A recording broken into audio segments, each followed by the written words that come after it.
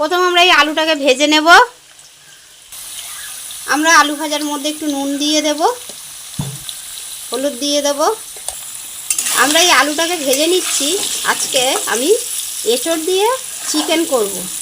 তোমরা তো সবাই এঁচোড় দিয়ে চিংড়ি মাছ দিয়ে খাও, আজকে আমি এঁচোড় দিয়ে চিকেন করে দেখাবো। আমি কিন্তু আলুটাকে কিন্তু সেদ্ধ করে নেইনি, আমি এটাকে ভালো করে ভেজে নেব। আলুটাকে আমি তুলে নেব। সবাই তো এঁচোড় দিয়ে চিংড়ি মাছ খায়, আবার এঁচোড় দিয়েও কাঁকড়া দিয়ে খায়। আজকে আমি চিকেন দিয়ে করে দেখাচ্ছি। আমি এঁচোড়টাকে এইভাবে কেটে নিচ্ছি, আমি এটাকে এখন ভেজে নেব। আমি কিন্তু এঁচোড়টাও কিন্তু সেদ্ধ করিনি, এটাকে ওই ভালো করে ভেজে নেব। আমার এঁচোড়টা দেখতেই পাচ্ছেন লাল লাল করে ভাজা হয়ে গেছে, আমি এটাকে নামিয়ে নেব।